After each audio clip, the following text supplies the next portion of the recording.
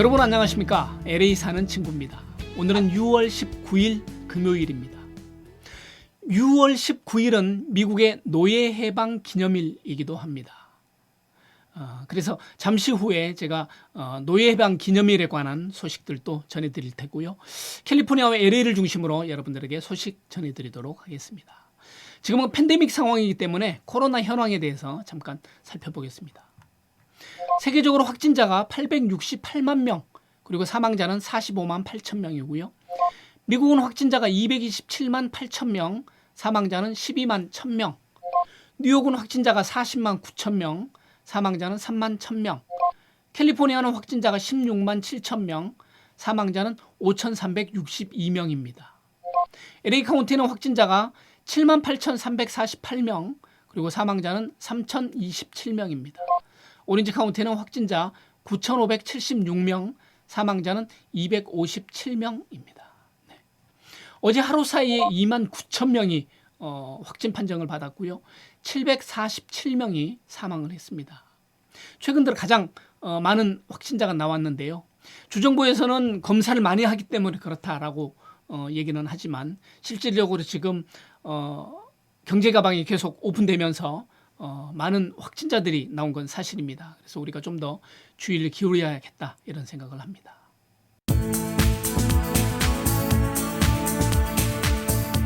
미국이 지금 전 세계에서 코로나19가 가장 많이 감염에 걸린 나라가 됐고요. 캘리포니아는 16만 7천 명, 그리고 사망자만도 벌써 5,360 이런 상황이기 때문에 한편 동부 지역보다도 서부 지역이 지금 빠르게 감염자들이 늘어나고 있는 상황이기 때문에 개빈 뉴섬 주지사가 주 내에 58개 모든 카운티에 공공장소에서 마스크 착용 의무화를 행정명령으로 내렸습니다. 그래서 이제는 공공장소, 사무실이라든지 병원, 약국, 마켓 혹은 공원이라든지 많은 사람들이 모이는 이런 공공장소에서는 반드시 마스크를 착용해야 합니다.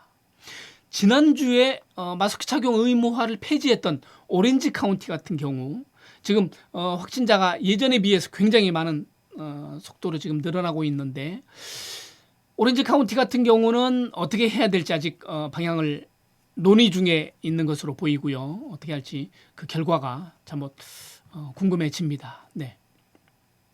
오늘부터 LA와 오렌지 카운티에서는 술집, 와이너리 시음장, 스킨케어, 네일 살롱, 타투, 마사지샵 이런 곳들이 영업이 가능하게 됐습니다. 다만 카운티 정부에서 얘기하는 보건 가이드라인을 만족시키고 지켜야만 할 수 있는 건데요.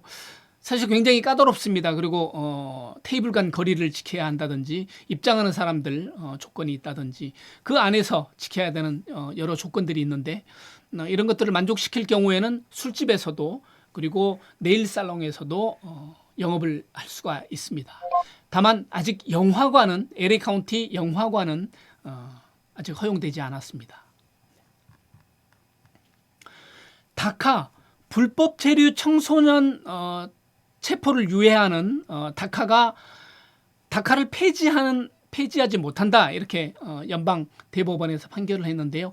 이로 인해서 한인들 한 6,300명 정도가 혜택을 볼 수 있게 됐습니다.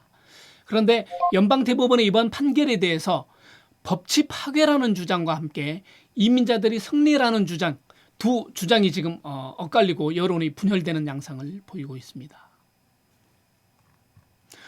비상대책위원회 구성을 놓고 LA 한인회와 갈등을 빚어왔던 LA 총영사관이 한인회를 적극 협력하는 방향으로 가닥을 잡았습니다. LA 총영사관은 한인회와 비공개 회의를 갖고 총영사관 차원에서의 비상대책위원회는 구성하지 않는 걸로 결론을 내렸고요. LA 한인회가 진행하고 있는 한인사회 지원을 적극적으로 돕겠다 이렇게 말했습니다.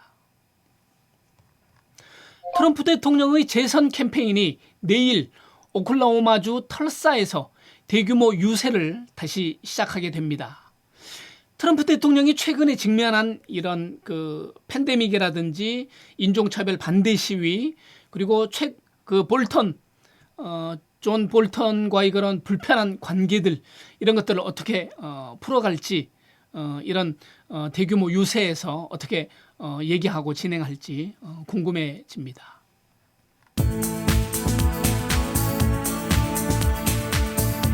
오늘은 노예 해방 기념일 준틴스데이입니다. 이를 기념하기 위해서 미국 전역에서 갖가지 행사들이 벌어질 텐데요.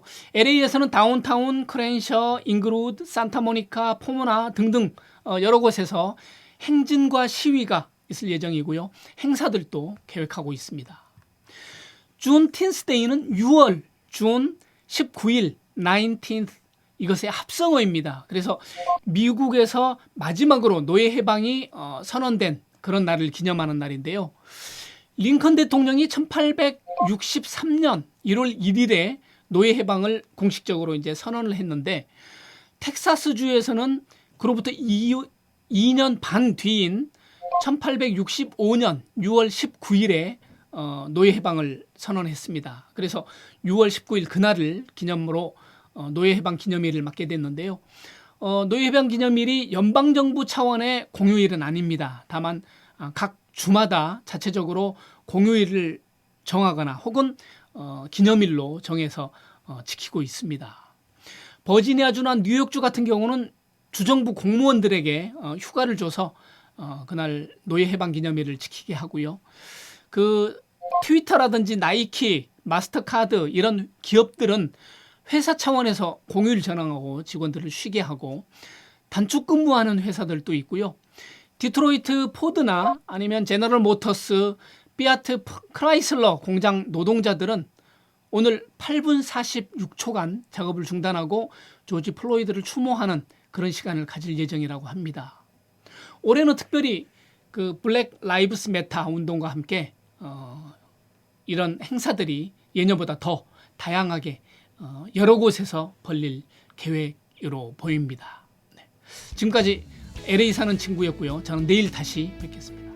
감사합니다.